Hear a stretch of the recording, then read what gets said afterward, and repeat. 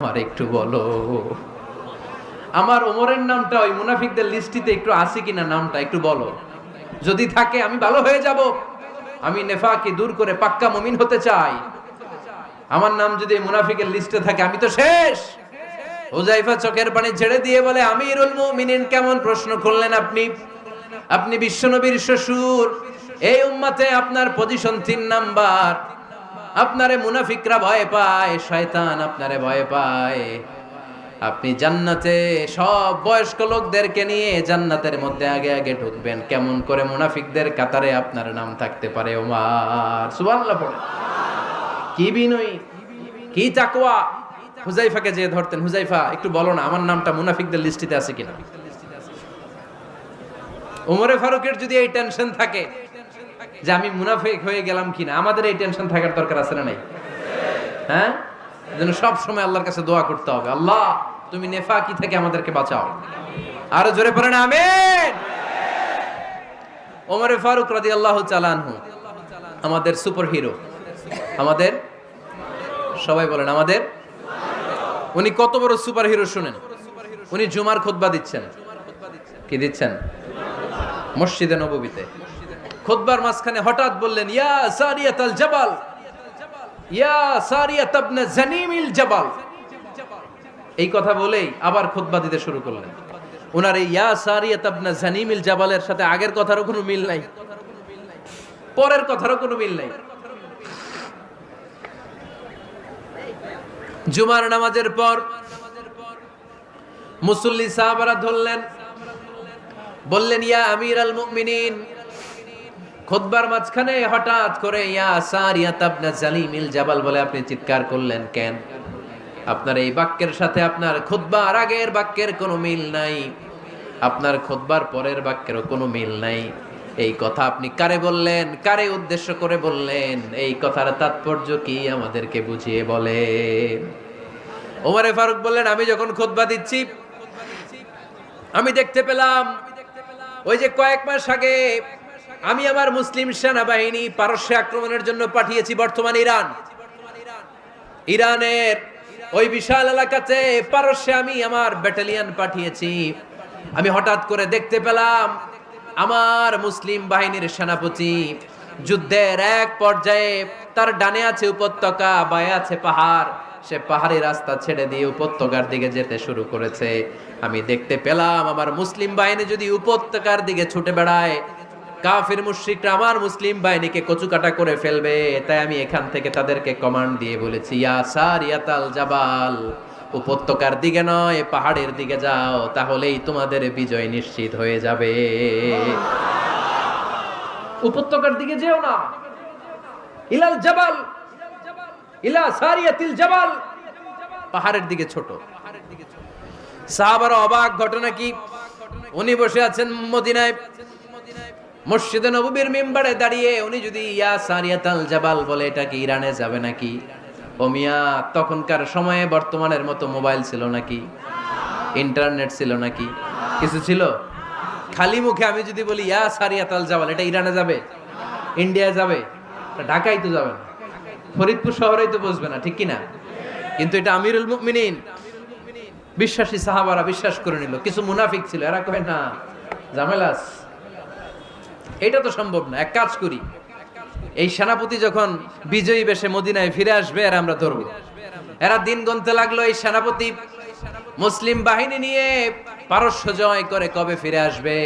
এই মুনাফিকের দলগুলো কখনো সেনাবাহিনীকে অভ্যর্থনা জানাতে যেত না, কিন্তু এইবার সবার আগে মদিনার উপকণ্ঠে যে সেনাপতিদেরকে অভ্যর্থনা জানানোর জন্য ফুল নিয়ে রেডি।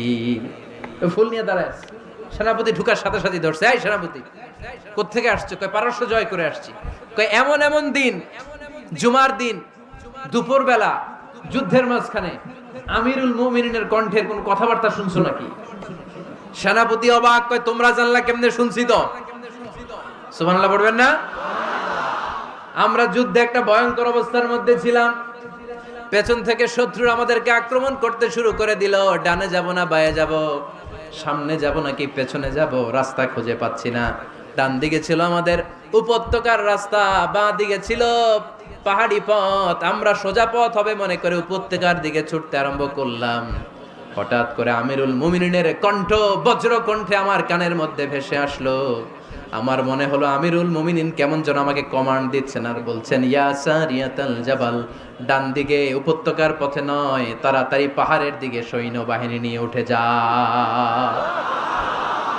পাহাড়ের দিকে, ডানে না, this is wrong track and this is the right track.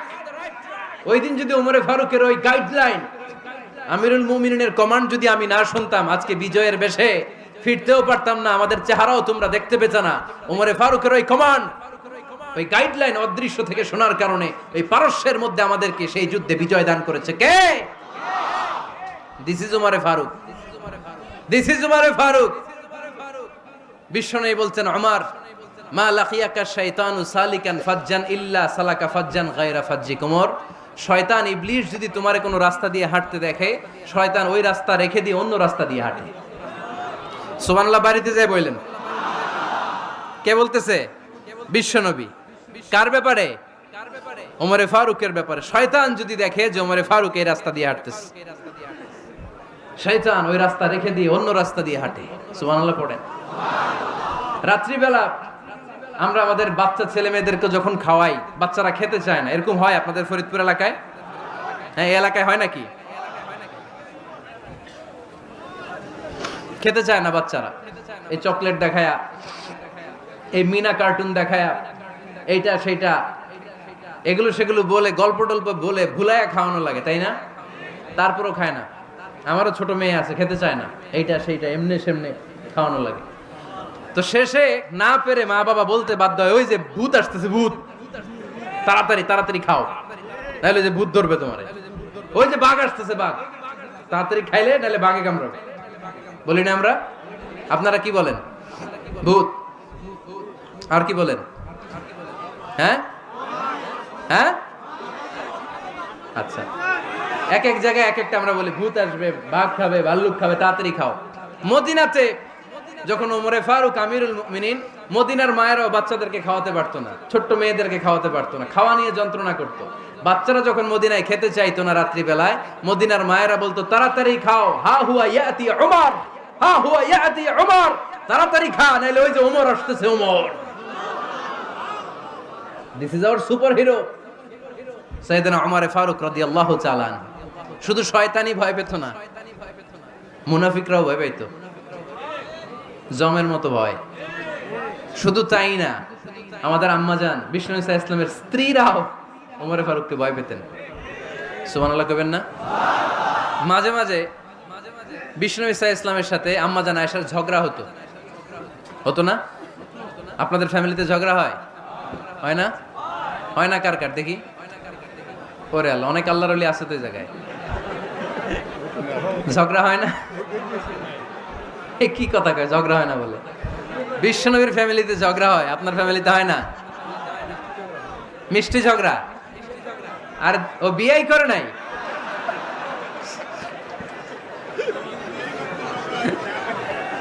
ঝগড়া তো হবেই, দাম্পত্য জীবনের মজাটাই তো এখানে। কখনো ঝগড়া, কখনো আনন্দ, একটু বৃষ্টি, একটু রোদ, একটু হাসি, একটু কান্না, ভালো লাগা, ভালোবাসা শেয়ার করে নেয়া, মিলেমিশে একাকার হয়ে যাওয়া, ঠিক কিনা? তো আল্লাহর হাবিব সাল্লাল্লাহু আলাইহি ওয়াসাল্লামের সাথে আম্মাজান আয়েশার ঝগড়া হতো। তো একদিন ঝগড়া হয়ে দুইজন রেগে আছে। খবরদার, দুইজন রেগে থাকবেন না আবার। একজন রাগলে আরেকজন থেমে যাবেন, কারণ এই ছোট্ট ঝগড়া থেকে এটা অনেক সময় বিচ্ছেদের দিকে গড়ায়। আমার প্রিয় ফরিদপুরবাসী, ভাবি রেগে গেলে আপনি রাইগেন না, ওই দিন আপনি একটু ঠান্ডা থাকেন। আবার আপনি রেগে গেলে, আমার মাইকের আওয়াজ যদি ভাবিরা শুনেন, আপনারা রেগে যায় না, একটু ঠান্ডা থাকবেন। দুইজনে রেগে গেলে তো তৃতীয় বিশ্বযুদ্ধ শুরু হবে, তাই না? একজন রেগে গেলে আরেকজন ঠান্ডা। কারণ এই সামান্য ঝগড়া থেকে ইগোর কারণে এটা বিচ্ছেদ আর ডিভোর্স পর্যন্ত গড়ায়। আর শয়তান এখানে উস্কানি দেয়, কারণ ইমানদারদের ফ্যামিলি ভাঙতে পারলে শয়তান সবচেয়ে বড় খুশি হয়। আর ইমানদারদের ফ্যামিলি টিকে থাকলে খুশি হয়ে যায় কে? আম্মাজান আয়েশা রাদিয়াল্লাহু তাআলা আনহার সাথে বিষ্ণু ইসা ইসলামের ঝগড়া হতো মাঝে মাঝে। তো একবার ঝগড়া হলো, বিষ্ণু ইসা ইসলামের রাগ, আম্মাজান আয়েশাও রাগ। তো বিষ্ণুই বললেন, আয়েশা, ঝগড়া করে আর কতক্ষণ থাকবো, আসো মিটমাট করি। আয়েশা রাদিয়াল্লাহু বললেন, ঠিক আছে, মিটমাট করব। তো বিষ্ণু ইসলাম বলেন মিটমাটের জন্য কারে ডাকবো? ওমর রে ডাকি। কয় না, ওমর রে না, ওমর গালিজ, ওমর অনেক রাগে, আমার ডর লাগে। কয় তাহলে তোমার আব্বারে ডাকি। কয় ডাকেন। কি খুশি! মেয়েদের মধ্যে অভ্যাসটা আছে না নাই? তাহলে তোমার আব্বারে ডাকি। ডাকেন। ডেকে নিয়ে আসা হলো। আবু বকর রাদিয়াল্লাহু তাআলা আনহু দাঁড়ালেন, আম্মা জান আয়েশা দাঁড়ালেন, বিশ্বনবীও দাঁড়ালেন। বিশ্বনবী বললেন, আয়েশা তোমার আব্বা আসছে, এবার ঘটনা খুলে বলার পালা। তুমি বলবা নাকি আমি বলবো? আম্মা জান আয়েশা বললেন, আপনি বলেন, তবে ওয়ালা তাকুল ইল্লা হাক্কান, যেটা ঘটছে ওইটাই বললেন, মিথ্যা কথা কইেন না। আবু বকর রাদিয়াল্লাহু তাআলা আনহু রেগে মেগে আগুন। কি এই কথা তুমি কেমন করে বলো? বিশ্বনবী কি মিথ্যা কথা কখনো বলবে? রেগে মেগে দিলেন মেয়ের গালে এক চড়। বানিয়ে বলতেছি না, মুসনাদ আহমদ ইবনে হাম্বলের হাদিস। বাবার হাতের থাপ্পড়কে আম্মা জান আয়েশা উল্টে বললেন। সাইয়েদনা আবু বকর রাগে গড়গড় করছেন, আবার মারার জন্য তেড়ে গেলেন। এবার বাঁচার জন্য আম্মা জান আয়েশা বিশ্বনবীর পিছনে যে আশ্রয় নিলেন, বিশ্বনবী বাঁচানোর জন্য দুই হাত মেলে দাঁড়িয়ে গেলেন। পড়েন সুবহানাল্লাহ। বিশ্বনবী যখন দুই হাত মেলে দাঁড়িয়ে গেলেন, সাইয়েদনা আবু বকর রাদিয়াল্লাহু আনহু থেমে গেলেন। সাইয়েদনা আবু বকর রাদিয়াল্লাহু তাআলা আনহু ঘর থেকে বের হয়ে বারান্দায় দাঁড়ালেন। পড়েন সুবহানাল্লাহ। এবার বিশ্বনবী আম্মা জান আয়েশার কাছে যেয়ে বলেন, ইয়া আয়েশা কাইফা রাআইতিনি আনকাসতুকি মিনার রাজুল, দেখছো কেমনে বাঁচাইলাম? আমি না থাকলে ভর্তা বানাই ফেলতো আজকে। আমি বাঁচাইছি তোমারে, আমি আমার লগে ঝগড়া করো তুমি। লজ্জায় পড়ে আম্মা জান আয়েশা খিলখিল করে হেসে দিলেন, বিশ্বনবীও হেসে দিলেন। দুইজনের হাসির মধুর আওয়াজ শুনে সাইয়েদনা আবু বকর বাইরে থেকে অবাক, কিরে এতক্ষণ না ঝড় তুফান, এখন দেখি হাসি। সালাম দিয়ে অনুমতি নিয়ে ভিতরে ঢুকলেন। ঢুকে দেখেন আম্মা জান আয়েশাও হাসে, বিশ্বনবীও হাসে। এ হাসি দেখে আবু বকর রাদিয়াল্লাহু আনহু হেসে দিলেন। আরশের উপর থেকে খুশি হয়ে গেলেন কে? এবার সাইয়েদনা আবু বকর রাদিয়াল্লাহু তাআলা আনহু বললেন, ইয়া রাসূলুল্লাহ আশরিকানি ফি সিলমিকুমা কামা আশরাকতুমানি ফি হারবিকুমা। ও নবী, যুদ্ধ লাগলে, দুইজন যুদ্ধ লাগলে মীমাংসার জন্য যেমনি আমারে ডাকেন, এরকম হাসি আর আনন্দের মুহূর্তেও আমারে একটু ডাইকেন। আশরিকানি ফি সিলমিকুমা কামা আশরাকতুমানি ফি হারবিকুমা। নবী, আপনাদের মধ্যে ঝগড়া লাগলে সন্ধি করার জন্য আমারে যেমনি ডাকেন, আপনাদের হাসি খুশি আনন্দ খুনসুটি এই মজাদার মুহূর্তগুলোতে আমারে বঞ্চিত রাখেন না, আমার একটু ডাইকেন। সুবহানাল্লাহ পড়েন। এই মুসনাদ আহমদ ইবনে হাম্বলের হাদিস শোনার উদ্দেশ্য হচ্ছে, বিশ্বনবী প্রথমে ওমর ফারুকের নাম বলেছিলেন। সাইয়েদনা আয়েশা বলে, না আমি ডরাই। হাইবাত, দিস ইজ কল্ড হাইবাত ওমর। একবার বিশ্বনবীর সব বিবিরা ধরলেন, ও নবী আমাদেরকে এটা দেন, ওইটা দেন, ঘরে এটা নাই, ওইটা নাই, ওইটা নাই। বিশ্বনবীকে, আমার কাছে কিচ্ছু নাই, যদি এমনি আমার বউ হয়ে থাকতে চাও থাকো, তাহলে যা, তা না হলে যা লাগবে কিনে দেব, সাথে সাথে তালাকও দিয়ে দিব। কিছু দিতে পারবো না, আমার নাই তো, সামর্থ্য নাই। কিন্তু বিবিরাও ছাড়া না, এটা দেন ওইটা দেন। বিশ্বনবী রহমতের নবী, বিবিদেরকে বুঝাতেও পারেন না। বিবিরা আবদার করতেছে, নবী এটা লাগবে, ওইটা লাগবে। ইন দ্য মিন টাইম বিশ্বনবী একজনের সালাম শুনতে পেলেন। কে যেন দরজায় দাঁড়িয়ে বলতেছে, আসসালামু আলাইকুম।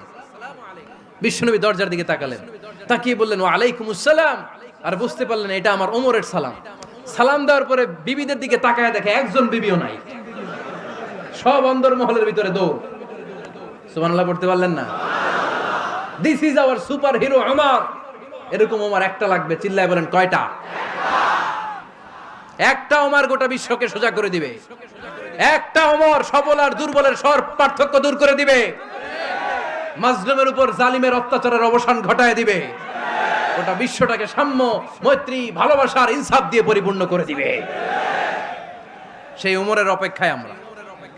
নিজের ছেলেকে 80টা বেত মেরেছেন। কয়টা? 80টা বেত মেরেছে। এই ব্যাপারে অনেকগুলো বর্ণনা পাওয়া যায়। সবচেয়ে সহিহ বর্ণনা হচ্ছে মুয়াত্তা ইমাম মালিকের বর্ণনা।